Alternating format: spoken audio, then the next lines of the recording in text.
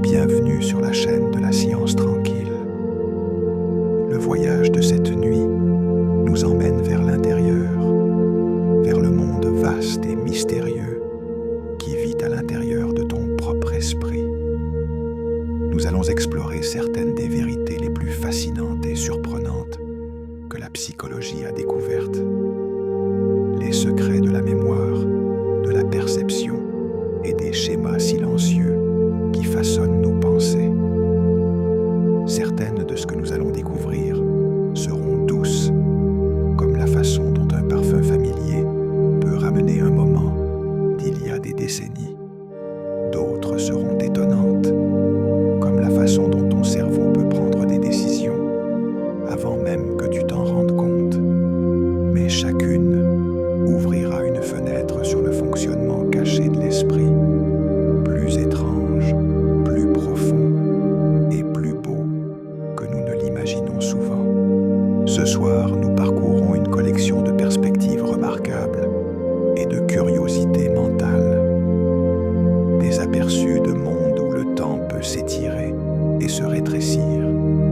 Les émotions peuvent altérer ce que nous voyons et les pensées peuvent se propager entre les personnes sans dire un seul mot. Peut-être te retrouveras-tu à glisser vers le sommeil ou simplement à laisser ces idées s'écouler silencieusement en arrière-plan.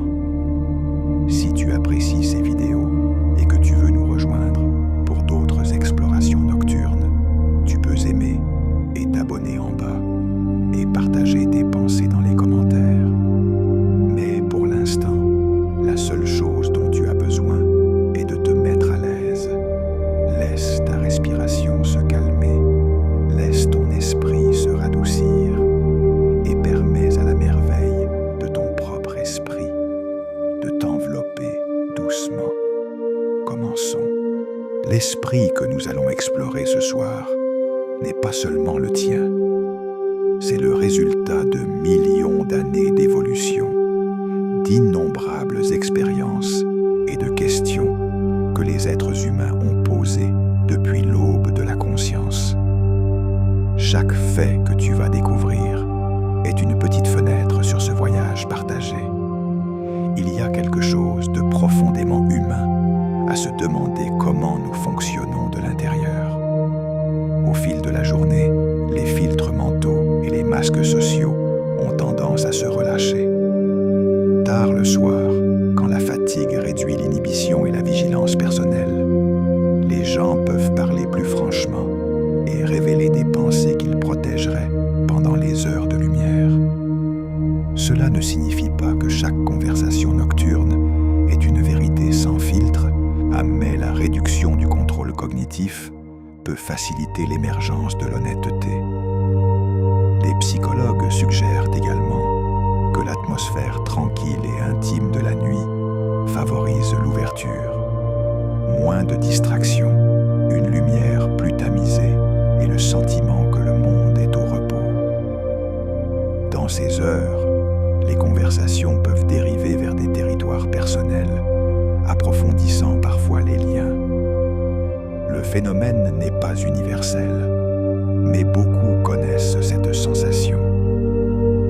Des mots qui coulent plus librement sous le couvert de la nuit, comme si l'esprit se détendait dans son rythme naturel et que les pensées gardées sortaient finalement à la lumière.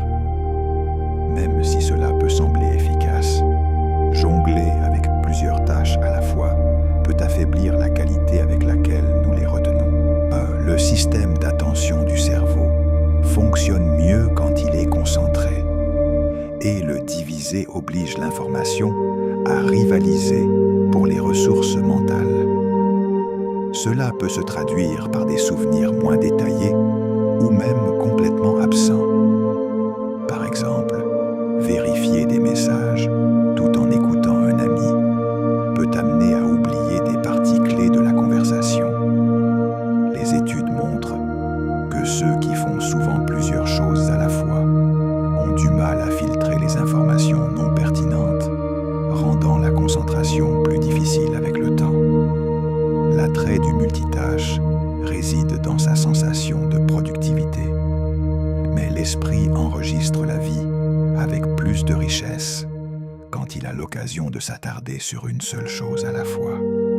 Dans un monde qui exige des changements constants, choisir de faire une seule chose lentement peut sembler un luxe, et l'un dont ta mémoire te sera reconnaissante.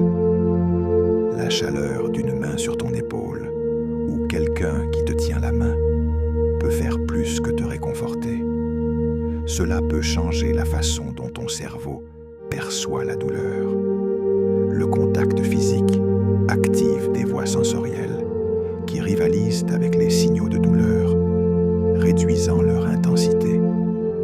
Il déclenche également la libération d'ocytocine, une hormone liée au lien et à la réduction du stress.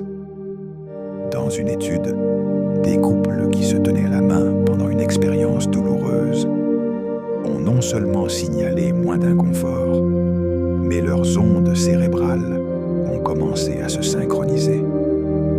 Cela suggère que le toucher ne calme pas seulement émotionnellement. Il peut créer un état physiologique partagé qui soulage la souffrance. Dans les moments de détresse, un toucher doux peut agir à la fois comme bouclier et ancre, rappelant au corps qu'il n'est pas seul. Parfois, les gestes les plus simples portent le pouvoir de guérison le plus profond. Les odeurs contournent souvent la pensée consciente, voyageant directement vers les régions du cerveau impliquées dans l'émotion et la mémoire. Cette voie directe signifie que les arômes peuvent influencer l'humeur et le comportement sans que nous nous en rendions compte. Dans des expériences, des arômes ambiants agréables dans les magasins ont démontré qu'ils augmentaient la probabilité d'achat, tandis que l'odeur des produits ménagers peut pousser les gens à ranger davantage. Ces effets subtils fonctionnent parce que les arômes peuvent activer certaines pensées ou associations. La lavande peut induire le calme. Les agrumes peuvent signaler la fraîcheur et l'énergie. Bien que nous pensions souvent aux décisions comme purement rationnelles, la vérité est que les indices sensoriels invisibles peuvent faire pencher la balance. Prendre conscience de cette influence peut être libérateur, nous permettant de reconnaître quand nos choix sont influencés par le langage silencieux de l'odorat. Dans un curieux retournement de la psychologie, simplement croire que tu as bien dormi peut améliorer les performances et l'humeur le lendemain, même si ce n'était pas le cas. Dans une étude, les participants à qui on a dit qu'ils avaient eu une qualité de sommeil supérieure à la moyenne ont obtenu de meilleurs résultats aux tests cognitifs, quel que soit leur vrai sommeil.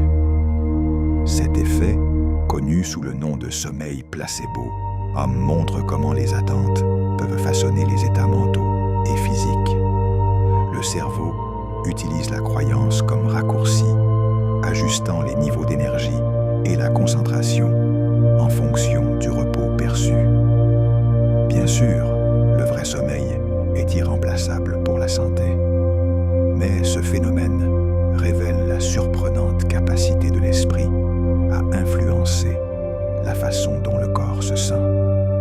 Il suggère qu'une partie du repos vient non seulement des heures de sommeil, mais de l'histoire que nous nous racontons sur ce repos.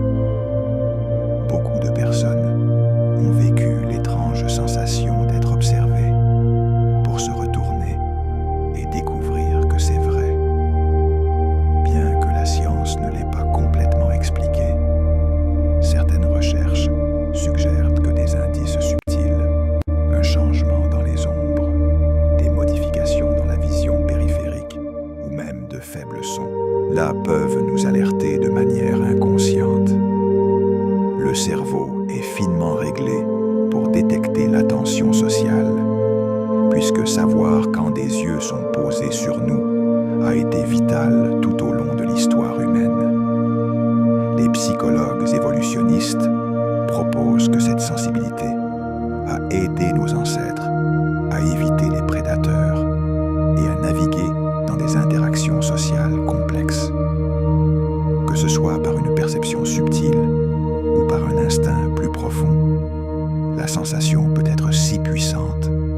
déclenche l'action avant que la pensée consciente ne la rattrape. Une douce impulsion de notre être le plus ancien. La posture, les gestes et les micro-expressions révèlent souvent des émotions que nous n'avons pas consciemment reconnues. Par exemple, les bras croisés peuvent signaler une défensivité, tandis que de subtils changements de ton peuvent indiquer un malaise. Les psychologues notent que ces indices sont parfois visibles pour les autres avant qu'ils ne soient clairs pour nous-mêmes, fournissant un miroir externe de notre état interne. Prendre conscience de ton propre langage corporel peut révéler un stress caché, une attirance ou de l'enthousiasme. De même, lire les signaux non-verbaux des autres peut aider à approfondir l'empathie et la compréhension. Ce langage silencieux opère en parallèle avec la parole et parle parfois plus honnêtement que les mots. Dans les moments d'introspection, imaginez comment ton corps se tient, peut-être comme écouter aux portes les pensées inexprimées de ton propre esprit. Le sens de l'odorat humain est profondément connecté au système de mémoire du cerveau. Contrairement à la vue ou au son, à l'odorat contourne une grande partie des voies de traitement habituelles du cerveau et se connecte directement avec le système limbique, le siège de l'émotion et de la mémoire à long terme. C'est pourquoi une légère trace de parfum, la pluie fraîche sur le pavé ou un repas d'enfance en train de cuire peuvent ressembler à une machine à remonter le temps. Ces souvenirs déclenchés par l'odorat sont souvent vivants, détaillés et émotionnels, même si le moment qu'ils évoquent a des décennies. Les psychologues appellent cela l'effet Proust, nommé d'après l'auteur qui a écrit de façon célèbre sur la façon dont le goût d'une madeleine l'a transporté dans son enfance. De tels moments nous rappellent que nos esprits ne sont pas de simples classeurs. Ce sont des paysages vivants, et les sens sont comme des clés qui peuvent ouvrir des portes fermées, laissant les sentiments oubliés revenir silencieusement dans le présent. Dans les rêves lucides, tu prends conscience que tu rêves, et avec cette conscience, tu peux parfois donner forme au rêve lui-même. Les personnes qui vivent des rêves lucides rapportent voler au-dessus des montagnes, respirer sous l'eau ou réécrire les événements de leurs rêves au fur et à mesure qu'ils se déroulent. Les psychologues croient que les rêves lucides apparaissent quand des parties du cerveau liées à la conscience de soi s'activent pendant le sommeil, tandis que l'état de rêve continue. Pour certains, ces rêves surviennent naturellement. D'autres se forment par des techniques comme les contrôles de réalité et les journaux de rêve. La recherche montre même que les compétences pratiquées dans les rêves lucides peuvent améliorer les performances dans la vie éveillée. Mais au-delà de tout avantage pratique, les rêves lucides offrent quelque chose de plus profond. Un rappel que nos esprits peuvent créer des mondes entiers, riches en détails et en émotions, que nous pouvons traverser comme s'ils étaient réels. Et dans ces mondes, nous sommes à la fois le voyageur et l'architecte. Imagine travailler sur un projet, t'éloigner avant de le terminer et découvrir que la tâche continue de hanter ton esprit.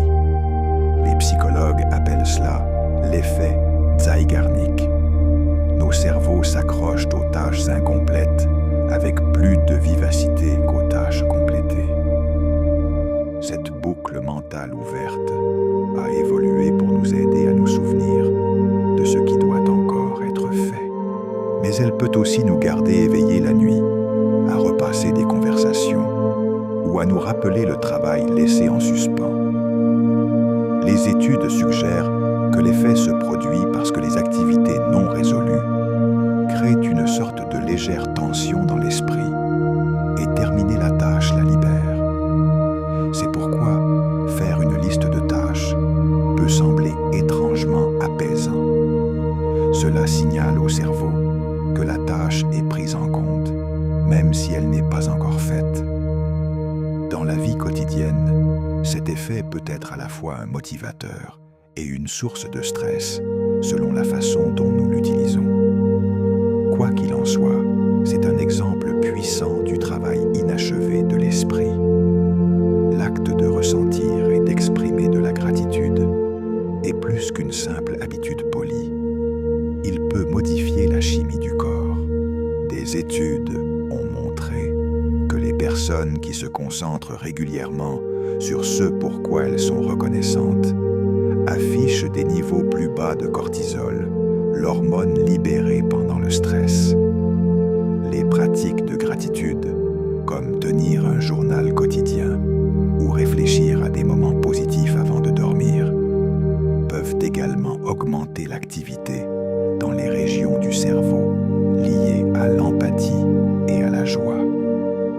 Ce n'est pas seulement un agréable changement d'humeur, c'est une réponse physiologique qui peut renforcer le système immunitaire, améliorer la qualité du sommeil et même soutenir la santé cardiaque. Les psychologues suggèrent que la gratitude déplace l'attention de ce qui manque vers ce qui est abondant, créant un sentiment de sécurité et de connexion. De cette façon, elle aide l'esprit à se détendre, permettant au corps de suivre. Une pensée reconnaissante tenue en silence pendant un moment peut ondoyer à travers le système nerveux comme une marée apaisante. Parfois, l'esprit réagit à des messages qu'il ne remarque pas consciemment. En psychologie, cela s'appelle l'amorçage subliminal. La présentation de stimuli si brefs ou subtils qu'ils tombent en dessous de la conscience, mais influencent quand même les pensées ou les comportements. Dans une étude, montrer des mots positifs ou négatifs pendant seulement des millisecondes avant de montrer une image neutre a changé la façon dont les participants évaluaient le ton émotionnel de cette image. Les publicitaires et les artistes sont depuis longtemps fascinés par cet effet, bien que son influence dans la vraie vie soit plus subtile que les mythes ne le suggèrent. Pourtant, cela révèle une vérité importante. Nos esprits conscients ne sont pas les seuls gardiens de la perception. Sous la conscience, le cerveau scanne, filtre et interprète constamment les signaux. La plupart de ces impressions ne surgissent jamais en mots, mais elles peuvent incliner nos décisions, façonner nos impressions et nous laisser avec des sentiments que nous ne pouvons pas tout à fait expliquer. Des murmures depuis le bord de la perception. Une chanson de tes années d'adolescence peut te transporter instantanément dans un couloir d'école, un après-midi d'été ou une personne à qui tu n'as pas parlé depuis des années. La musique a une relation unique avec la mémoire parce qu'elle engage plusieurs parties du cerveau à la fois. Les régions auditives, les zones motrices et, de façon cruciale, le système limbique. Le rythme, la mélodie et les paroles se tissent ensemble pour former un contexte riche. Et quand cette chanson joue à nouveau, les émotions originales reviennent avec elle. Pour les personnes atteintes de la maladie d'Alzheimer, une musique familière peut parfois éveiller des moments de clarté, leur permettant de chanter des paroles qu'elles ne pourraient autrement pas rappeler. Les psychologues croient que la musique fonctionne comme un puissant indice de récupération, l'un qui contourne certaines des barrières que le temps et la perte de mémoire créent. C'est un rappel que même quand les souvenirs semblent perdus, ils peuvent encore être portés en nous en attendant la bonne note pour se libérer. L'espoir et les attentes positives ne sont pas seulement réconfortants,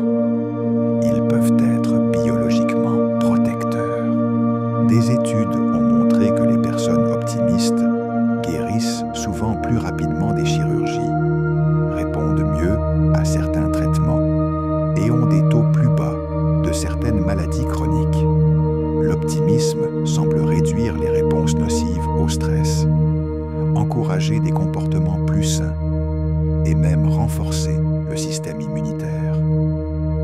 Cela ne signifie pas ignorer la réalité ou forcer un sourire à travers les difficultés. C'est plutôt s'attendre à ce que les difficultés puissent être surmontées et que l'avenir offre des possibilités. Les psychologues suggèrent que l'optimisme peut aider les personnes à persévérer dans la rééducation, à suivre les conseils médicaux de manière plus constante et à maintenir la résilience mentale nécessaire pour guérir.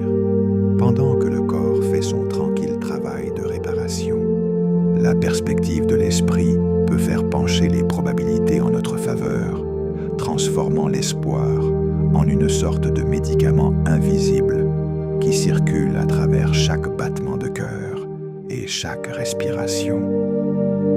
Les êtres humains ont évolué dans de petits groupes sociaux où savoir à qui on pouvait faire confiance pouvait signifier la différence entre la sécurité et le danger.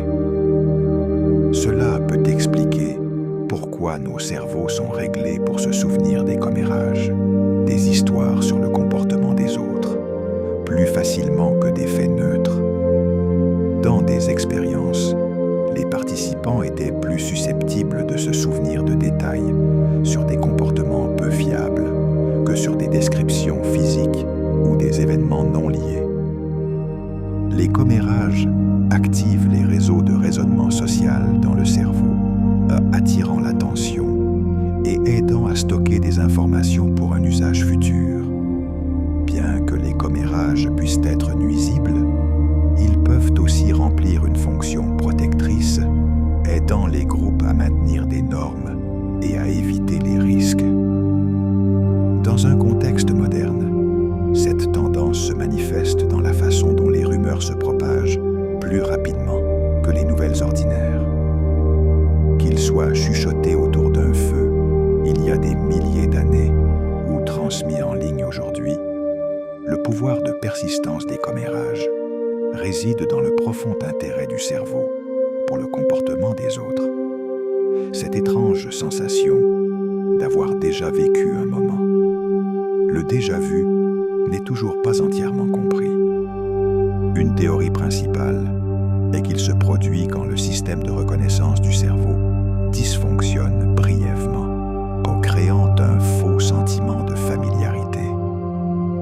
Cela peut se produire quand une nouvelle expérience correspond étroitement à des schémas de souvenirs passés, même si tu ne peux pas te souvenir du moment original. Des études de neuroimagerie suggèrent que le lobe temporal, en particulier les zones impliquées dans la mémoire, joue un rôle. Pour la plupart des personnes, le déjà-vu est fugace et inoffensif. Mais il offre un aperçu de la façon dont le cerveau relie le présent et le passé. Dans ce bref éclair, la réalité semble doublée, le maintenant superposé au fantôme d'un passé qui n'a peut-être jamais existé. C'est un rappel que la perception n'est pas un enregistrement parfait, mais une interprétation. Et parfois, le compteur de l'esprit se précède lui-même. Quand l'anxiété monte, la vitesse de notre parole peut aussi augmenter. Cela est en partie entraîné par la réponse de combat ou de fuite du corps, qui augmente le rythme cardiaque et la respiration. Le cerveau, préparé pour une action rapide, pousse les pensées plus vite vers l'avant, et la bouche peine à suivre le rythme. Les locuteurs nerveux peuvent aussi sauter des pauses, se précipiter à travers les phrases ou trébucher sur les mots, tandis que l'adrénaline aiguise leur urgence d'être compris. Cet effet peut être subtil, une légère accélération du rythme, ou si prononcé que les mots se brouillent. Dans les situations sociales, cette parole accélérée peut parfois rendre les autres anxieux aussi, car les états émotionnels se propagent entre les groupes. Connaître ce schéma peut être utile. Ralentir délibérément la parole peut calmer le corps, et un corps calme peut à son tour stabiliser l'esprit.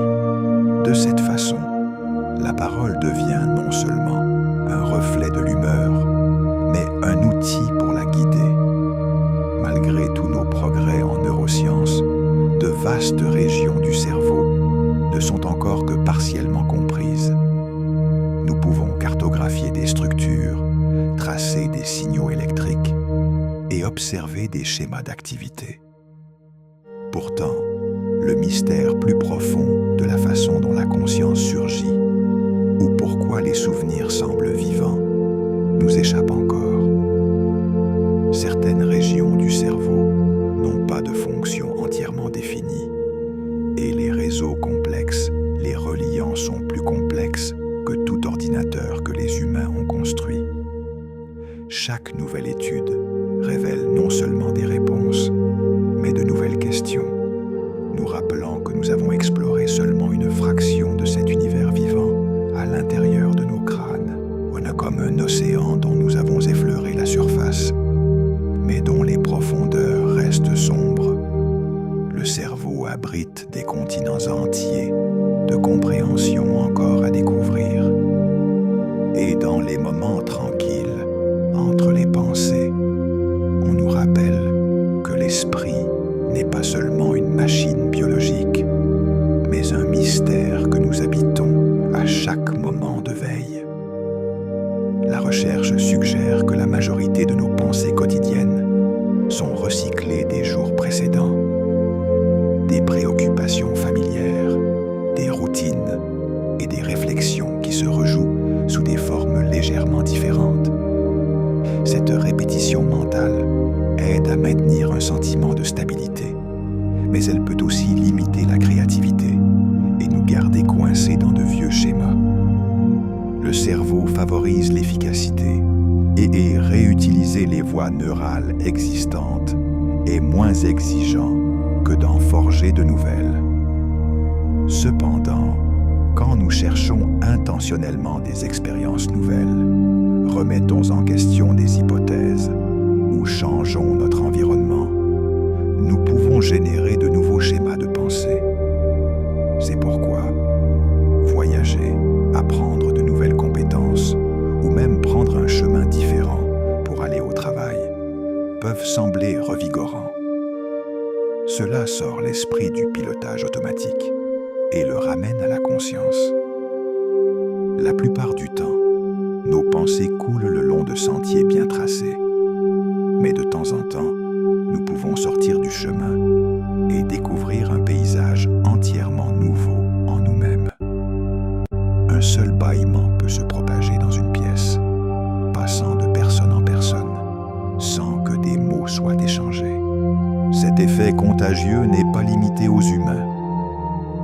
On a observé des chimpanzés, des chiens et même certains oiseaux attraper des bâillements des autres. Les psychologues croient que le phénomène est lié à l'empathie et au lien social. Nous imitons inconsciemment le comportement de ceux qui nous entourent, renforçant la connexion. Chez les humains, la probabilité d'attraper un bâillement augmente avec la proximité. Tu es plus susceptible de bâiller après un ami qu'après un étranger. L'acte lui-même reste partiellement mystérieux. Bien que bâiller aide à réguler la température du cerveau et à favoriser l'état d'alerte, sa propagation sociale semble servir un but différent. Synchroniser silencieusement les rythmes d'un groupe. D'une certaine façon, un bâillement partagé est un rappel silencieux de notre lien biologique les uns avec les autres. Un petit geste non dit qui dit que nous sommes dans ce moment ensemble. Sous hypnose, une personne peut parfois ressentir moins de douleur, ou même aucune, pendant des expériences qui causeraient normalement de l'inconfort. Les scanners cérébraux montrent que l'hypnose peut modifier l'activité dans des zones qui interprètent les signaux de douleur, changeant non pas la sensation elle-même, mais la façon dont le cerveau l'aperçoit. Cela a été utilisé dans des milieux médicaux pour la gestion de la douleur, les soins dentaires et même la chirurgie, bien que cela ne fonctionne pas également pour tout le monde. Les psychologues décrivent l'hypnose comme un état concentré et très suggestible, dans lequel l'esprit peut modifier ses réponses. L'effet n'est pas de la magie. C'est la propre flexibilité du cerveau en action. En ajustant la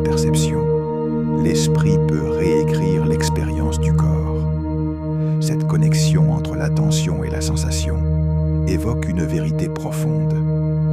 La douleur n'est pas seulement un événement physique, mais un dialogue complexe entre les nerfs, le cerveau et la conscience.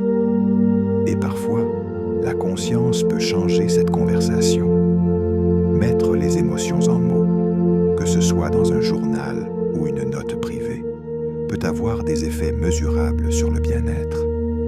Des études ont montré que l'écriture expressive peut réduire la pression artérielle, renforcer la fonction immunitaire et améliorer l'humeur. Les psychologues croient que le processus aide à organiser les expériences émotionnelles, en transformant des sentiments vagues en pensées structurées que le cerveau peut traiter. Cela réduit la tension mentale et libère des ressources cognitives pour d'autres tâches. L'écriture ne nécessite pas une grammaire ou un style parfait. Son pouvoir réside dans l'honnêteté. En traduisant les expériences intérieures en langage, nous donnons forme à ce qui était informe, et ce faisant, réduisons son emprise sur nous. La page devient un récipient sûr pour ce qui peut sembler accablant dans l'esprit. Avec le temps, cette pratique peut aider à démêler des émotions complexes, les rendant plus faciles à comprendre et à porter. L'esprit humain est profondément émotionnel, et cela façonne comment nous nous souvenons. Les événements liés à des émotions fortes, joie, peur, deuil ou excitation, ont tendance à rester dans la mémoire plus longtemps que les détails neutres. Cette étiquette émotionnelle aide le cerveau à prioriser les expériences importantes. Mais cela signifie aussi que nous nous souvenons souvent de comment nous nous sentions plus clairement que ce qui s'est réellement passé. Dans les témoignages de témoins, par exemple, la charge émotionnelle d'un événement peut influencer les rappels, parfois en déformant la précision factuelle. Du côté positif, se souvenir des émotions de moments significatifs peut aider à renforcer les valeurs, les relations et les leçons de vie. Nos souvenirs ne sont pas des enregistrements parfaits. Ils ressemblent davantage à des histoires racontées du point de vue du cœur. Quand nous pensons au passé, nous marchons souvent dans un paysage de sentiments avec des faits dispersés comme des pierres sur le chemin. Cela peut sembler une petite habitude, voire sans sens, mais mâcher du chewing-gum a été associé à des améliorations de la mise au point et de l'état d'alerte. Le mouvement rythmique semble augmenter le flux sanguin vers le cerveau, tandis que l'acte de mâcher peut également stimuler les zones impliquées dans l'attention et la mémoire. Certaines études montrent de modestes améliorations des performances sur des tâches nécessitant une concentration soutenue quand les participants mâchent du chewing-gum, surtout les variétés à saveur de menthe. L'effet n'est pas dramatique, mais il peut fournir un léger regain d'énergie mentale. C'est peut-être pourquoi les étudiants, les conducteurs et même les soldats l'ont utilisé pendant de longues périodes exigeantes. Les psychologues suggèrent également que mâcher du chewing-gum peut réduire le stress en abaissant les niveaux de cortisol, ce qui en fait un double bénéfice pour la concentration. Dans les moments tranquilles où la mise au point commence à dériver, cette simple action peut agir comme une petite encre, ramenant doucement l'esprit à la tâche en cours. Notre mémoire est influencée par ce que les psychologues appellent les effets de primauté et de récence, la tendance à mieux se souvenir des premiers et derniers éléments d'une séquence que de ceux du milieu. Les premiers éléments bénéficient de plus de répétition et d'attention, tandis que les derniers restent frais dans la mémoire à court terme. Ce schéma apparaît dans la vie quotidienne. Nous nous souvenons souvenons souvent des moments d'ouverture et de clôture d'une conversation, d'une conférence, ou même de vacances plus vivement que des portions du milieu. Comprendre cela peut aider dans l'apprentissage. Placer des informations clés au début ou à la fin d'une session d'études augmente la chance qu'elles restent. D'une certaine façon, l'esprit encadre les expériences comme des histoires, avec les scènes d'ouverture et de fermeture qui brillent le plus. Le milieu compte encore, mais c'est la première impression et le dernier moment qui reste souvent le plus longtemps dans les tranquilles archives de l'esprit. La cécité au changement est une bizarre curiosité de la perception. Le cerveau peut ne pas remarquer même de grandes modifications dans une scène si elles se produisent pendant une brève distraction ou une interruption visuelle. Dans des expériences, les personnes peuvent regarder directement un objet, jeter un coup d'œil ailleurs un instant et ne pas remarquer qu'il a complètement changé quand elles regardent à nouveau. Cela se produit parce que l'attention est sélective. Nous ne pouvons pas traiter chaque détail. Alors le cerveau remplit les lacunes avec des hypothèses basées sur des connaissances préalables. Dans la vie quotidienne, la cécité au changement peut expliquer pourquoi nous ne remarquons pas les petits réarrangements dans une pièce ou ne voyons pas la nouvelle coupe de cheveux d'un ami. C'est un rappel que la perception n'est pas une caméra parfaite. Au lieu de cela, c'est une mosaïque de détails focalisés et de continuités inférées, cousues si doucement que nous remarquons rarement les pièces manquantes, à moins que quelqu'un ne les signale. Même si tu ne te sens pas joyeux, le simple acte de sourire peut subtilement changer ton humeur. Les psychologues appellent cela l'hypothèse de rétroaction faciale. L'idée que les expressions faciales peuvent influencer les états émotionnels. Quand tu souris, les muscles de ton visage envoient des signaux à ton cerveau, déclenchant la libération de neurotransmetteurs comme la dopamine et la sérotonine. Cela peut créer un petit regain d'humeur, même si rien d'autre ne change. L'effet fonctionne aussi à l'inverse. Froncer les sourcils ou faire la grimace peut renforcer les sentiments de tension ou de frustration. Ce n'est pas un remède, mais dans les moments de stress, un sourire conscient peut être une douce impulsion vers un état plus calme. C'est pourquoi certaines personnes pratiquent un léger sourire pendant la méditation, un léger retroussement presque imperceptible des lèvres. C'est un rappel que l'esprit et le corps sont profondément entrelacés. Et parfois, le bonheur peut commencer par une simple expression délibérée. L'attraction semble être un choix conscient, mais beaucoup de ses fondements sont établis sous la conscience. Des indices subtils, la symétrie d'un visage, le ton d'une voix, même le parfum d'une personne, peuvent déclencher des réponses enracinées dans la biologie et l'expérience.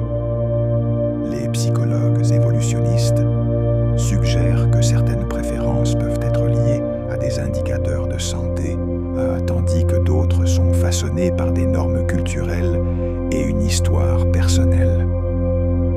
Le subconscient tisse aussi des associations. Un certain rire peut te rappeler quelqu'un de gentil. Une coiffure peut évoquer une figure bien aimée de ton passé. Ces impressions se forment souvent avant que l'esprit conscient ne commence son analyse, créant un sentiment de chimie instantanée. C'est un rappel que l'attraction est à la fois ancienne et personnelle. Une danse entre des instincts affinés pendant des millénaires et les chemins uniques tracés par nos propres vies, guidant silencieusement nos yeux et nos cœurs, avant même qu'on réalise qu'ils ont déjà choisi une direction. Un état de flux est un espace mental où la mise au point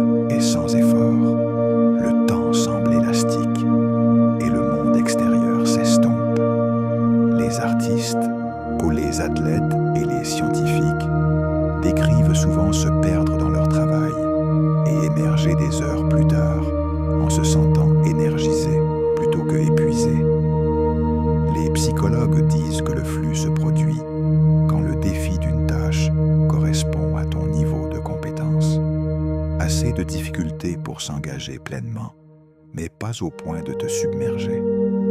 Dans cet état, le cerveau réduit l'activité dans le cortex préfrontal, la région liée à la conscience de soi, libérant l'attention pour se fusionner avec la tâche. Le flux n'est pas seulement la productivité à son apogée, c'est une immersion profondément satisfaisante où l'action et la conscience ne font qu'un. Beaucoup de personnes le trouvent pendant des loisirs, des projets créatifs ou même la résolution de problèmes au travail. Dans la tranquille transe du flux, les minutes se dissolvent en moments et l'esprit se déplace aussi doucement qu'une rivière, trouvant son chemin vers la mer. Chaque fois que tu apprends une nouvelle compétence ou un concept, les réseaux neuraux de ton cerveau changent. Ce processus, appelé plasticité synaptique, renforce les connexions existantes et en forme de nouvelles, permettant à l'information d'être stockée et récupérée plus efficacement. En termes pratiques, cela signifie que ton cerveau n'est pas statique. C'est une structure en constante évolution, façonnée par tes expériences. Les études d'IRM montrent que les activités d'apprentissage, de jouer d'un instrument à pratiquer une langue, peuvent même augmenter la taille de certaines régions du cerveau avec le temps. Ces changements physiques sont les plus rapides dans l'enfance, mais ils continuent tout au long de la vie, prouvant qu'il n'est jamais trop tard pour apprendre. L'acte d'apprendre est comme marcher dans un champ, jusqu'à ce qu'un léger sentier devienne un chemin bien battu. Chaque fois que tu reviens, le chemin devient plus clair et le paysage de ton esprit s'élargit, une connexion à la fois. Les émotions ne colorent pas seulement nos pensées, elles peuvent altérer notre perception visuelle.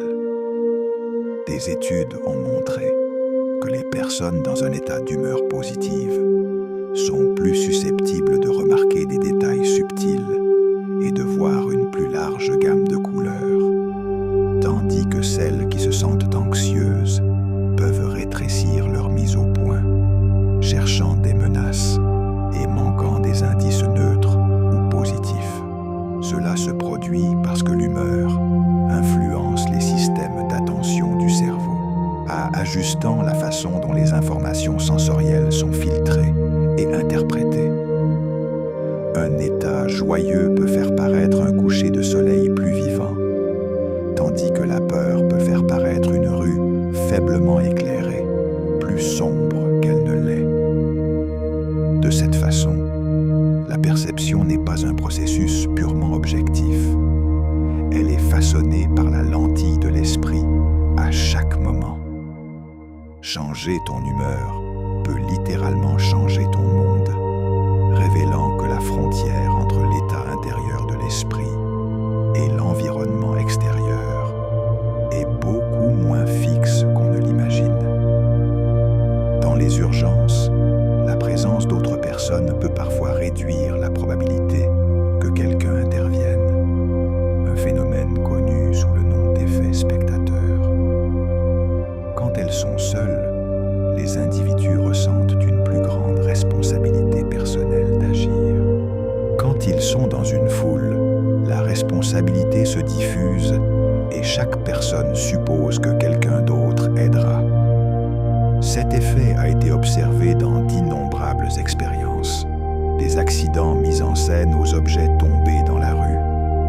Plus il y a de personnes présentes, plus la chance que l'une d'entre elles intervienne est faible.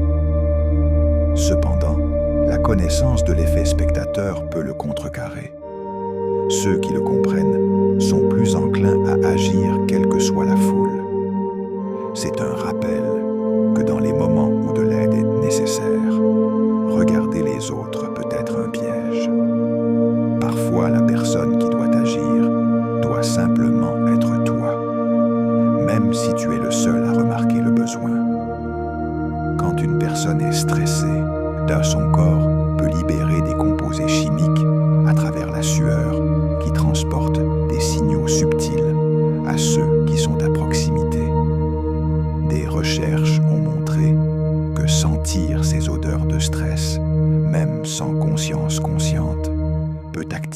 zones du cerveau liées à l'empathie et à la peur, rendant les autres plus alertes ou anxieux. Cela suggère que le stress peut se propager socialement, non seulement par le ton de la voix ou l'expression faciale, mais aussi par l'odorat. Bien que cet effet ait probablement évolué pour aider les groupes à détecter et à répondre aux dangers, dans la vie moderne, cela signifie que la tension dans une pièce peut se propager silencieusement d'une personne à la suivante. Comprendre cela peut être responsabilisant. Tout comme le stress peut être contagieux, le calme peut l'être aussi. En gérant notre propre état, nous pouvons influencer le climat émotionnel autour de nous d'une manière que personne ne peut tout à fait expliquer, mais que tout le monde peut ressentir. La nostalgie n'est pas seulement un sentiment chaud dans le cœur. Elle peut littéralement te faire ressentir plus de chaleur dans ton corps.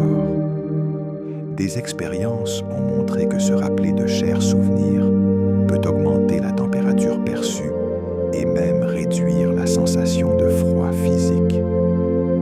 Les psychologues croient que ce lien peut être enraciné dans des besoins évolutionnaires. La chaleur sociale et la chaleur physique sont entrelacées dans le cerveau, toutes deux liées à des sentiments de sécurité et d'appartenance. Quand nous revisitions des moments heureux du passé, nos corps réagissent, comme si nous étions entrés dans un environnement plus confortable. Dans les mois d'hiver, où les personnes vivent souvent plus de pensées nostalgiques, peut-être comme façon de contrebalancer le froid. Qu'elle soit déclenchée par une chanson familière, une photographie ou l'odeur d'un repas favori, la nostalgie peut envelopper l'esprit et le corps dans une douce couverture de confort remémoré. Tu n'as pas besoin de vivre une menace de première main pour ressentir de la peur. Simplement voir quelqu'un d'autre réagir avec peur peut déclencher la tienne. C'est parce que le cerveau contient des systèmes de miroir qui simulent les émotions des autres, nous permettant d'apprendre sur les dangers indirectement. Dans des études, des personnes qui ont observé quelqu'un d'autre montrant des signes de peur envers un objet spécifique ont montré plus tard des réponses similaires de peur elle-même, même sans exposition directe. Ce mécanisme a probablement évolué pour nous aider à éviter les dommages en apprenant des expériences des autres. Dans la vie quotidienne, cela signifie que la peur peut se propager dans les groupes en secondes, influençant le comportement avant qu'un seul mot ne soit prononcé. Tout comme le calme peut être contagieux, l'alarme peut aussi l'être, faisant de la conscience émotionnelle un outil puissant pour façonner l'humeur collective de ceux qui nous entourent. Dans les années 1960, le psychologue Stanley Milgram a mené des expériences montrant que des personnes ordinaires, sous la direction d'une figure d'autorité, administreraient ce qu'ils croyaient être des chocs électriques douloureux à d'autres. L'étude a révélé comment la pression sociale et la présence de l'autorité peuvent annuler la morale personnelle, en amenant les personnes à agir d'une manière qu'elles ne choisiraient peut-être jamais par elles-mêmes. Bien que controversés, les résultats ont été reproduits dans d'autres contextes, des milieux militaires aux hiérarchies en milieu de travail. L'effet est enraciné dans notre tendance à faire confiance aux experts perçus et à déléguer la responsabilité quand nous suivons des ordres. Cela ne signifie pas que les personnes sont impuissantes. La conscience de l'influence peut renforcer la résistance. C'est un rappel que le courage moral signifie parfois sortir de l'ombre de l'autorité, récupérer le choix personnel, même quand chaque voix autour de toi dit simplement « Fais ce qu'on te dit ». L'écriture à la main engage le cerveau différemment de la frappe au clavier, impliquant les habiletés motrices fines, le traitement visuel et la conscience spatiale à la fois. Cette expérience sensorielle plus riche aide à encoder les informations plus profondément, les rendant plus faciles à rappeler plus tard. Les étudiants qui prennent des notes manuscrites se souviennent souvent mieux des concepts, même s'ils écrivent moins en général, parce que résumer en temps réel nécessite un engagement actif avec le matériel. L'écriture à la main ralentit aussi le rythme, donnant à l'esprit plus de temps pour traiter les idées. Bien que la frappe au clavier soit rapide et efficace, l'écriture à la main peut agir comme une forme d'apprentissage attentif.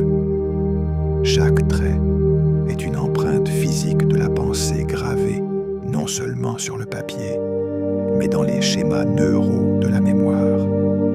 Le cerveau humain forme des impressions des visages presque instantanément, en moins d'un dixième de seconde.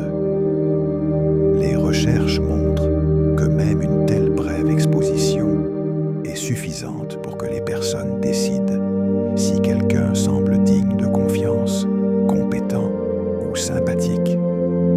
Ces jugements spontanés proviennent d'anciens mécanismes de survie, où évaluer rapidement ami ou ennemi pouvait signifier la vie ou la mort. L'amygdale et d'autres régions du cerveau traitent les indices faciaux à une vitesse remarquable, bien avant que la pensée consciente n'ait le temps d'intervenir. Bien que les premières impressions puissent être étonnamment cohérentes entre les observateurs, elles ne sont pas toujours précises. Nos esprits s'appuient souvent sur des stéréotypes appris et des expériences personnelles pour combler les lacunes. Cette évaluation rapide comme l'éclair est un rappel que nous fonctionnons toujours en partie avec des instincts formés bien avant les villes, les écrans et les introductions, quand un seul regard pouvait façonner le cours de la survie. Simplement, placer une image Dieu dans un espace, par exemple au-dessus d'une boîte de dons, peut amener les personnes à se comporter avec plus de générosité et d'honnêteté. Les psychologues croient que cela se produit parce que la sensation d'être observé active la responsabilité sociale, même quand les yeux ne sont qu'imprimés sur du papier. Cet effet est lié à notre passé évolutionnaire, quand la réputation et l'appartenance à un groupe étaient essentielles pour la survie. Être vu signifiait que tes actions comptaient, et le cerveau répond encore à ces indices subtils aujourd'hui. Il est intéressant de noter que les yeux n'ont pas besoin d'être réalistes. Même des dessins stylisés peuvent créer l'effet. C'est un exemple silencieux de la façon dont des instincts sociaux profondément ancrés continuent de façonner le comportement d'une façon que nous remarquons rarement, transformant une simple image en un rappel invisible que quelqu'un pourrait regarder. L'effet projecteur décrit notre tendance à croire que les autres nous prêtent plus d'attention qu'ils ne le font réellement. Cela peut faire paraître les petites erreurs, trébucher sur un trottoir ou mal prononcer un mot, beaucoup plus remarquables qu'elles ne le sont en réalité. En vérité, la plupart des personnes sont trop concentrées sur leurs propres pensées pour nous observer de près. Ce biais découle de la façon dont nous vivons la vie. Nous sommes la figure centrale dans notre propre histoire. Alors nous supposons la même mise au point des autres. Comprendre l'effet projecteur peut être libérateur, réduisant l'anxiété sociale et la conscience de soi. Quand nous réalisons que la plupart des yeux sont tournés vers l'intérieur, nos propres petits trébuchements perdent leur poids et nous pouvons nous déplacer dans le monde avec un pas plus léger, sans imaginer un public là où il n'en existe pas. Cela semble impossible,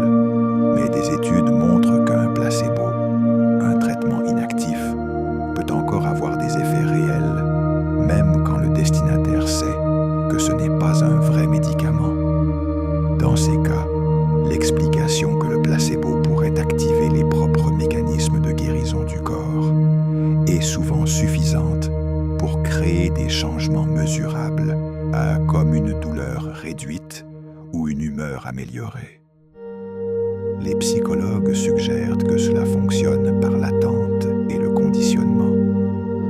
Le rituel du traitement combiné à la croyance en la capacité du corps à guérir active des voies dans le cerveau qui influencent les états physiques.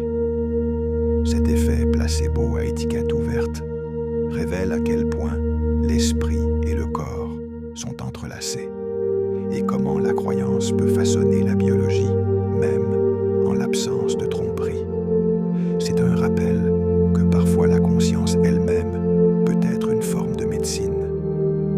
Pense à un moment significatif. Tu te souviens peut-être de l'élan de joie, du poids du deuil ou de la piqûre d'embarras, mais pas de la séquence exacte des événements. C'est parce que les émotions sont traitées et stockées dans des zones du cerveau étroitement liées à la mémoire, comme l'amygdale, les rendant plus faciles à récupérer que les détails factuels. Bien que cette mise au point émotionnelle puisse aider à guider les décisions futures, elle peut aussi brouiller la précision de nos rappels. Nous pouvons nous souvenir du ressenti d'une journée, mais perdre le fil des détails spécifiques. C'est pourquoi deux personnes peuvent partager une expérience, mais s'en souvenir différemment. Dans l'histoire de nos vies, l'émotion est souvent l'encre et les détails sont le papier. Sans le sentiment, le souvenir s'efface. Mais avec lui, même les contours vagues peuvent rester vivants pendant des années. Oublier peut sembler un défaut, mais c'est une partie essentielle du fonctionnement de la mémoire. Le cerveau absorbe constamment de vastes quantités d'informations et lâcher prise sur les détails moins utiles aide à faire de la place pour ce qui compte le plus. Les psychologues croient qu'oublier nous permet de généraliser à partir d'expériences passées, plutôt que de nous perdre dans des détails spécifiques. Cela empêche également les informations obsolètes d'interférer avec le nouvel apprentissage. Cet oubli adaptatif peut être envisagé comme l'élagage d'un arbre. Enlever les vieilles branches pour que les saines puissent pousser. Loin d'être un signe de faiblesse, la capacité d'oublier est l'une des façons dont l'esprit reste efficace et focalisé, s'assurant que les souvenirs que nous portons sont ceux les plus pertinents pour notre présent et futur. Dans des expériences classiques, les personnes portaient des lunettes spéciales qui inversaient leur vision, mettant le monde à l'envers. Au début, l'expérience était désorientante, mais en quelques jours, le cerveau s'est ajusté. Les objets semblaient à nouveau à l'endroit, même si l'image entrant dans les yeux était inversée. Cette remarquable flexibilité est un exemple de neuroplasticité, la capacité du cerveau à se réorganiser en réponse à de nouvelles entrées. Quand les lunettes ont été enlevées, la vision a semblé à nouveau retourner jusqu'à ce que le cerveau se réajuste. La découverte montre que la perception n'est pas un enregistrement fixe, mais une construction active, constamment façonnée par l'interprétation du cerveau des données sensorielles. Même quelque chose d'aussi fondamental que haut et bas est en partie une question d'adaptation. Les illusions d'optique fonctionnent parce que le cerveau ne fait pas que recevoir des entrées sensorielles. Il les interprète, décomblant les lacunes et faisant des prédictions.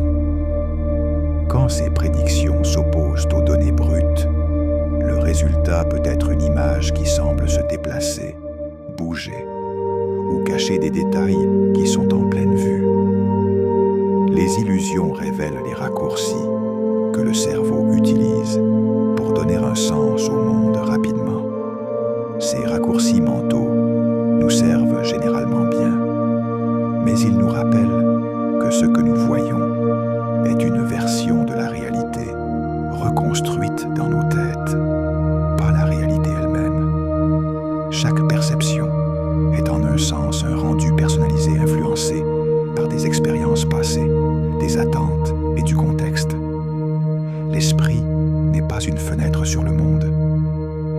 peintre qui retouche toujours la toile. Le rire n'est pas seulement une réaction, c'est un type d'exercice mental qui peut construire de la résilience. Quand nous rions, le cerveau libère des endorphines et réduit les niveaux d'hormones de stress, créant un état physiologique qui facilite l'affrontement des défis. Le rire partagé renforce les liens sociaux, fournissant un réseau de soutien crucial dans les moments difficiles. Avec le temps, ces moments de joie peuvent agir comme des séances d'entraînement répétées pour le système nerveux, lui apprenant à se remettre plus rapidement du stress. De cette façon, le rire devient plus qu'un plaisir fugace. C'est une ressource stockée dans le corps et l'esprit, prête à être convoquée quand la vie exige du courage. La recherche montre que les personnes qui ressentent un fort sens du but, une raison claire de se lever chaque matin, vivent souvent des vies plus longues et plus saines. Le but fournit de la motivation, ce qui peut encourager des habitudes plus saines, réduire le stress et renforcer les liens sociaux. Il semble aussi bénéficier directement au corps, des études liant le but à des niveaux plus bas de marqueurs inflammatoires et à une meilleure santé cardiovasculaire. Cela ne signifie pas que le but doit être grandiose ou changer le monde. Il peut être aussi personnel que prendre soin de proches, poursuivre une passion créative ou contribuer à une communauté. Avoir quelque chose de significatif vers quoi travailler agit comme une boussole pour l'esprit, guidant les choix et soutenant la résilience. Dans les moments difficiles, le but peut servir de lumière constante à l'horizon, une raison de continuer à avancer, un pas à la fois à travers les jours qui se déroulent. Profondément dans le lobe temporal se trouve la zone fusiforme des visages, une région spécialisée dédiée à la reconnaissance des visages. Ce réseau est si finement réglé qu'il peut identifier des visages familiers en moins d'une seconde, même dans une foule. Les dommages à cette zone peuvent entraîner la prosopagnosie ou la cécité des visages, une condition où les individus peuvent voir les traits du visage, mais ont du mal à reconnaître même des amis proches ou des membres de la famille. L'importance de ce système est enracinée dans notre histoire évolutionnaire. Lire les visages a été vital pour détecter les émotions, reconnaître les alliés et construire des liens sociaux. Il est remarquable que ce réseau ne traite pas seulement les visages humains. Il peut s'adapter pour reconnaître d'autres schémas familiers, comme les marques des animaux de compagnie ou la forme d'un objet très aimé. C'est un témoignage du profond investissement du cerveau dans la connexion, façonnant notre capacité à reconnaître les personnes qui comptent le plus pour nous. La méditation est plus qu'un exercice mental. La pratique à long terme peut physiquement changer le cerveau.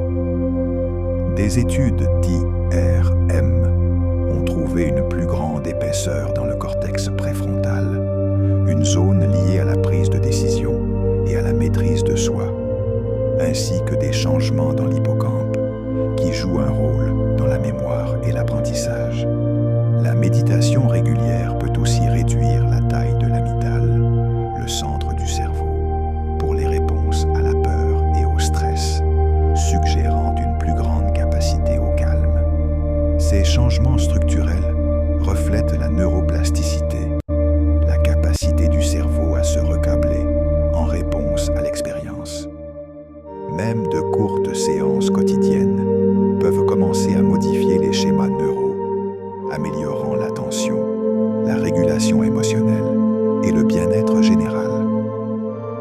Dans un monde qui semble souvent pressé et bruyant, la méditation offre un moyen de remodeler l'esprit de l'intérieur, construisant le silence intérieur dans le tissu même du cerveau. L'amorçage se produit quand l'exposition à certains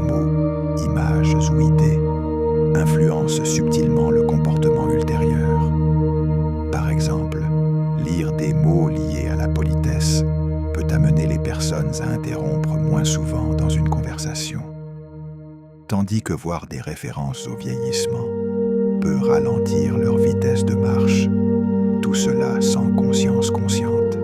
Cela se produit parce que le cerveau utilise des concepts récemment activés comme raccourcis qui façonnent la perception et la réponse. Bien que les effets de l'amorçage soient là souvent de courte durée, ils révèlent à quel point nous sommes sensibles aux indices environnementaux. Dans la vie quotidienne, l'amorçage peut être positif, inspirant la productivité, la gentillesse ou la créativité. Mais il montre aussi à quel point nos esprits peuvent facilement être poussés sans que nous nous en rendions compte. Chaque environnement dans lequel nous entrons établit silencieusement le décor de comment nous pensons et agissons. Les actes de gentillesse ne font pas que rendre les autres heureux. Ils peuvent aussi bénéficier à ta santé. Aider les autres a été associé à une pression artérielle plus basse, à des niveaux réduits d'hormones de stress et à une meilleure fonction immunitaire.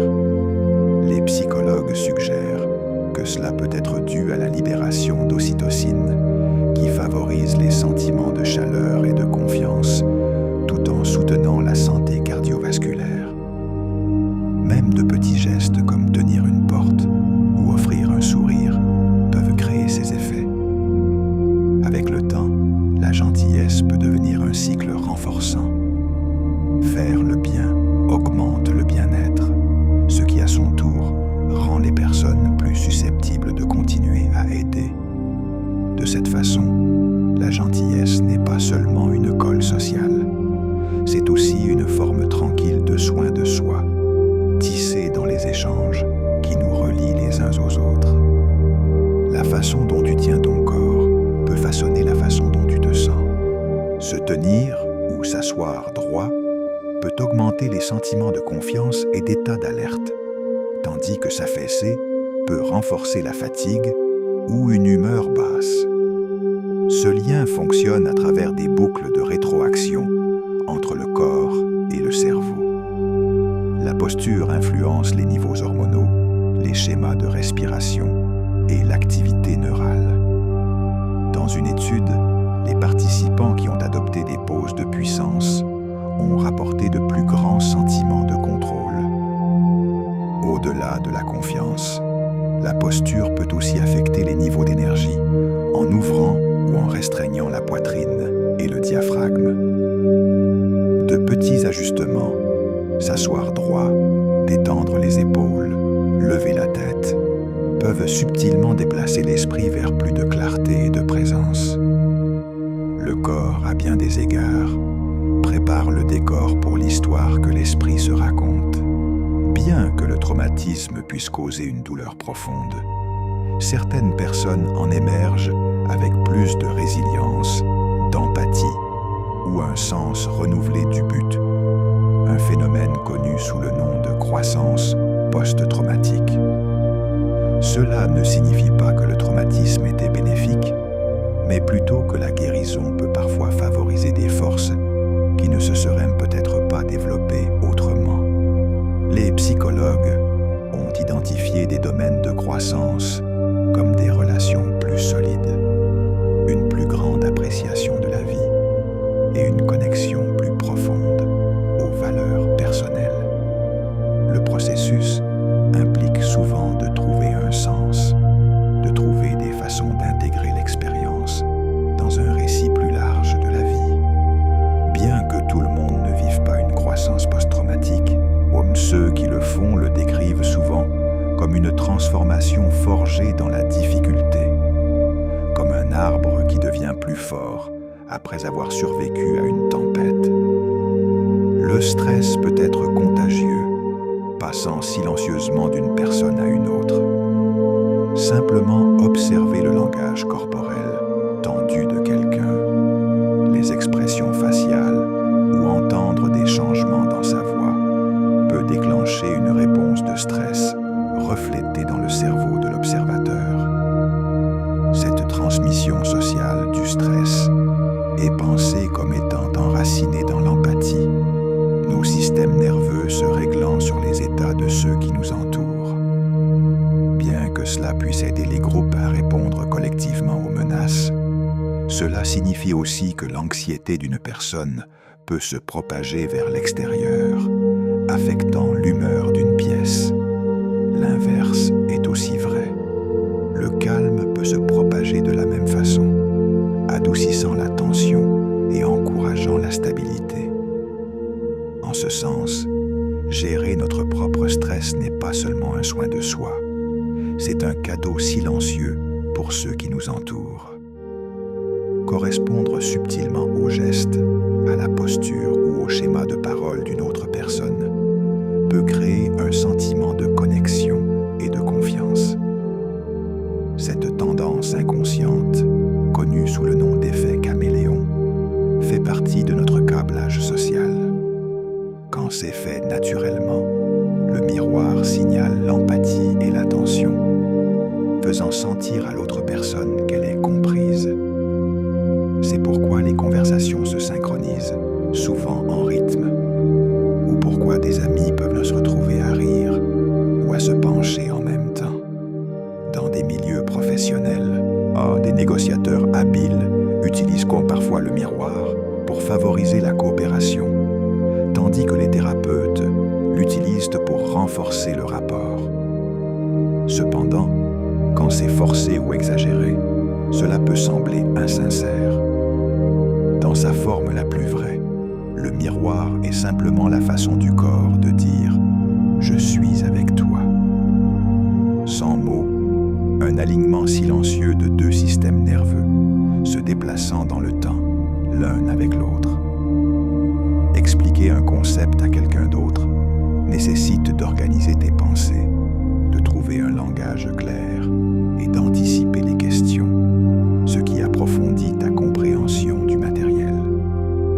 Cela s'appelle parfois l'effet protégé, et c'est pourquoi les enseignants disent souvent qu'ils apprennent autant qu'ils enseignent. Quand tu enseignes, tu récupères et reconstruis activement les connaissances, en y renforçant les voies neurales qui les stockent. Même le processus de préparation pour enseigner peut améliorer la rétention, car ton cerveau s'engage avec l'information d'une manière plus structurée et intentionnelle. Cette approche fonctionne pour les compétences ainsi que pour les faits. Montrer à un ami comment cuisiner un plat, par exemple, renforce ta propre mémoire musculaire. D'une certaine façon, enseigner transforme la connaissance de quelque chose que tu as à quelque chose que tu vis, en faisant une partie plus permanente de la bibliothèque de ton esprit.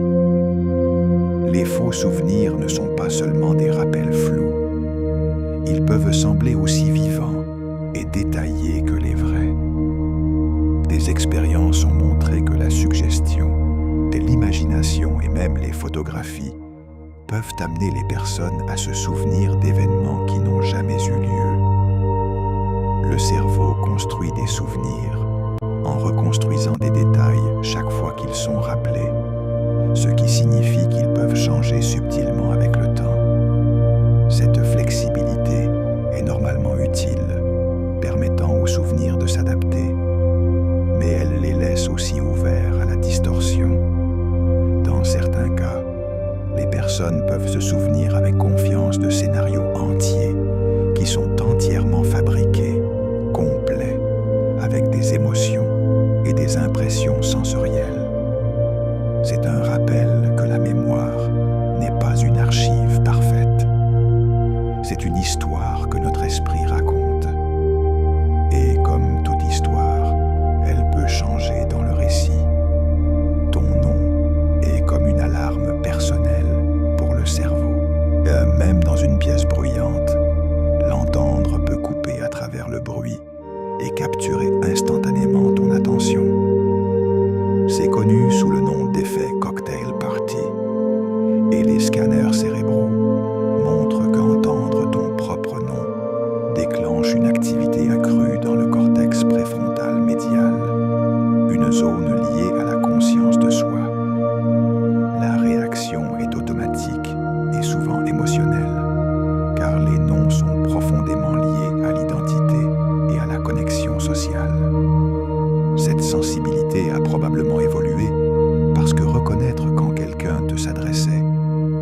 signifier la sécurité, l'opportunité ou des informations vitales. Même quand il est chuchoté de loin, ton nom a le pouvoir de percer les distractions et de te ramener dans le moment présent, comme un petit fil qui te relie au monde qui t'entoure. Les préjugés ne sont pas toujours délibérés ou conscients. La tendance du cerveau à former des impressions rapides et à catégoriser les informations peut conduire à des préjugés implicites, des préférences automatiques ou des associations qui opèrent sous la conscience. Ces préjugés peuvent influencer les décisions, les perceptions et les interactions mêmes chez les personnes qui valorisent l'équité et l'égalité. Les tests de préjugés implicites révèlent que de telles associations peuvent être étonnamment résistantes au changement. Mais la conscience est le premier pas pour les contrer. En ralentissant les décisions, en cherchant des perspectives diverses et en remettant en question les réactions instinctives, nous pouvons commencer à défier ces schémas cachés. Ce processus n'efface pas entièrement les préjugés, mais il peut affaiblir leur influence, permettant à nos actions de mieux refléter nos valeurs conscientes. D'une certaine façon, c'est comme apprendre à repérer un courant sous la surface. Une fois que tu sais qu'il est là, tu peux choisir comment le naviguer. Les êtres humains sont profondément sociaux et nos opinions peuvent être influencées simplement par les opinions de ceux qui nous entourent. Dans des expériences classiques, les participants étaient le prêts à donner des réponses évidemment incorrectes à des questions simples quand tout le monde dans le groupe faisait de même. Un phénomène connu sous le nom de conformité. Cette attraction vers l'accord peut être plus forte quand le groupe est unanime ou quand nous nous sentons incertains. La conformité n'est pas toujours négative. Elle peut promouvoir la coopération et les normes partagées. Mais elle peut aussi nous amener à ignorer notre propre jugement en faveur de la foule. La conscience de cette tendance peut nous aider à faire une pause, à examiner les preuves et à demander si l'accord est sincère ou simplement un désir de s'intégrer. Parfois, l'acte le plus silencieux d'indépendance est de tenir à la vérité quand chaque voix autour de toi dit le contraire. Pendant que le corps se repose, le cerveau continue de travailler, réorganisant des souvenirs, faisant des connexions et même résolvant des problèmes. C'est pourquoi les réponses arrivent parfois dans les rêves, ou pourquoi une solution semble claire le matin, après avoir semblé impossible la nuit d'avant. Pendant certaines étapes du sommeil, le cerveau est plus libre d'explorer des associations inhabituelles, sans être lié par les contraintes de la logique de veille. Des artistes, des scientifiques et des inventeurs ont tous crédité le sommeil pour des percées. Cette résolution créative de problèmes se produit parce que le cerveau endormi mélange des informations de façon nouvelle, trouvant des schémas que la conscience de veille pourrait négliger. C'est un rappel que le repos n'est pas de l'oisiveté. C'est un état actif où l'esprit travaille silencieusement dans les coulisses, prêt à nous surprendre avec une clarté soudaine quand la journée commence. Regarder une situation stressante depuis un angle différent peut réduire son poids émotionnel. Les psychologues appellent cela la réévaluation cognitive, et elle fonctionne en changeant le sens que nous attribuons à un événement. Par exemple, voir un défi comme une opportunité de grandir plutôt qu'une menace peut réduire l'anxiété et améliorer la résolution de problèmes. Les scanners cérébraux montrent que la réévaluation active le cortex préfrontal, qui aide à réguler l'amygdale, le centre de la peur du cerveau. Ce changement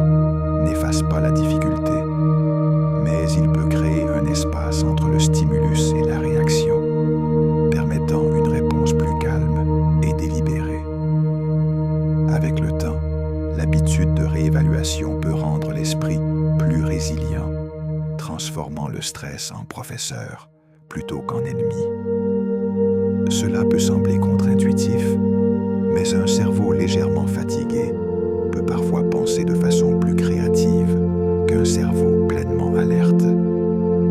Quand nous sommes un peu fatigués, nos filtres mentaux se relâchent, permettant à des connexions plus inhabituelles d'émerger. Cela peut être particulièrement utile pour des tâches qui nécessitent une pensée divergente, le brainstorming, l'invention ou la résolution de problèmes de façon non conventionnelle. Les psychologues suggèrent que le contrôle relâché d'un esprit fatigué peut le libérer des schémas rigides, ouvrant la porte à des idées nouvelles. Bien sûr, l'épuisement entrave la plupart des types de travail. Mais dans ce point doux, entre la veille et la fatigue, l'esprit peut dériver suffisamment pour trébucher sur un génie inattendu. C'est une raison pour laquelle certaines personnes trouvent leurs idées les plus originales tard le soir ou tôt le matin, quand les pensées dérivent un peu plus librement. Recevoir un compliment peut allumer les centres de récompense du cerveau, de la même façon que recevoir de l'argent ou gagner un prix. Des zones comme le striatum répondent à la louange sociale, libérant de la dopamine et favorisant des émotions positives. Les compliments peuvent aussi améliorer les performances, car l'encouragement stimule la motivation et la confiance. C'est pourquoi le feedback positif est un outil puissant dans l'enseignement, le travail en équipe et les relations. L'effet n'est pas limité aux louanges élaborées. Même de petites reconnaissances sincères peuvent déclencher cette réponse. À son cœur, un compliment est à la fois reconnaissance et connexion. Une façon de dire à quelqu'un qu'il est vu et valorisé dans un moment qui peut résonner bien au-delà des mots eux-mêmes. La capacité de l'esprit à simuler des expériences s'étend même aux sensations que nous n'avons jamais personnellement endurées. Simplement, voir quelqu'un dans la douleur ou lire une description vivante peut activer des zones cérébrales impliquées dans notre propre traitement de la douleur. Cette capacité a probablement évolué pour améliorer l'empathie, nous aidant à éviter le danger et à comprendre la souffrance des autres. Bien que la douleur imaginée ne soit pas aussi intense que la vraie, le chevauchement dans l'activité cérébrale peut encore être suffisamment puissant pour nous faire grimacer devant la blessure d'un autre. Cette simulation signifie aussi que la peur et l'anxiété peuvent naître de la douleur anticipée, influençant nos choix, même avant qu'un vrai dommage ne se produise. Le manque de sommeil peut gravement altérer la capacité du cerveau à stocker de nouvelles informations. Pendant le sommeil profond, l'hippocampe travaille à consolider les souvenirs, les transférant dans le stockage à long terme. Sans repos suffisant, ce processus est perturbé, laissant l'esprit incapable de retenir les détails de la journée. Même une seule nuit de mauvais sommeil peut affaiblir l'apprentissage et le rappel avec le temps. La privation chronique de sommeil peut mener à un déclin cognitif plus durable. C'est pourquoi le repos est essentiel, non seulement pour la santé, mais aussi pour la croissance. Sans lui, les histoires de nos journées s'estompent avant de pouvoir être écrites dans la mémoire. L'effet de vérité illusoire décrit notre tendance à accepter des déclarations comme vraies si nous les entendons assez souvent, à quelle que soit leur exactitude. La répétition augmente la familiarité, et la familiarité semble être la vérité pour le cerveau. Ce raccourci mental a évolué pour nous aider à apprendre des schémas. Mais dans le monde moderne, il peut être exploité par la désinformation. Être conscient de ce biais nous permet de ralentir et de vérifier les faits avant d'accepter des déclarations répétées. Dans un paysage d'informations bruyant, le confort de l'esprit avec le familier peut être à la fois une force et une vulnérabilité. La joie d'attendre quelque chose, un voyage, une réunion longtemps attendue ou des vacances, peut parfois surpasser le plaisir de l'événement lui-même. Les psychologues appellent cela l'effet d'anticipation. Et cela se produit parce qu'imaginer l'avenir permet à l'esprit de construire une version idéale, celle libre de l'imprévisibilité de la réalité. L'anticipation peut élever l'humeur, augmenter la motivation et même réduire le stress dans les jours précédant un événement. Quand le moment arrive, il peut ne pas correspondre à l'image vivante que nous avons construite, mais cela ne diminue pas la valeur de l'attente. D'une certaine façon, l'anticipation est sa propre récompense. Un lent et doux déploiement dans l'esprit qui étire le bonheur à travers le temps, nous permettant de profiter non seulement de ce qui est, mais de ce qui pourrait être. Malgré des décennies de recherche, de vastes questions restent sur le fonctionnement de l'esprit, depuis les origines de la conscience jusqu'aux profondeurs de la mémoire et de l'émotion. Chaque découverte semble ouvrir de nouvelles portes, y révélant des couches de complexité que nous n'avions pas imaginées. L'esprit n'est pas seulement une collection de processus, c'est un paysage où les pensées, les rêves et la conscience coulent ensemble. En l'explorant, nous n'étudions pas seulement la biologie. Nous traçons aussi les contours de ce que signifie être humain. Chaque fois que la science illumine un coin de l'esprit, elle découvre qu'il y a 100 autres coins à explorer. Le cerveau qui étudie le cerveau reste en lui-même le plus grand mystère qui existe.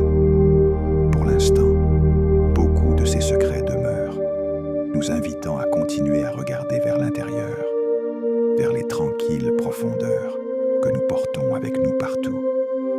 Et ainsi, notre voyage à travers l'esprit touche à sa fin. Nous avons erré à travers des souvenirs et des rêves, tracé les courants de la pensée, et nous sommes arrêtés au tranquille bord de ce que nous savons sur nous-mêmes. Chaque fait, chaque réflexion a été une petite lumière dans le vaste paysage intérieur, un rappel que même dans le calme, l'esprit est vivant de merveilles au-delà de l'imaginable. Peut-être que certaines de ces idées ont persisté en toi, ou peut-être qu'elles se sont déjà dissoutes dans la douce brume du repos. C'est la beauté d'une nuit passée à explorer.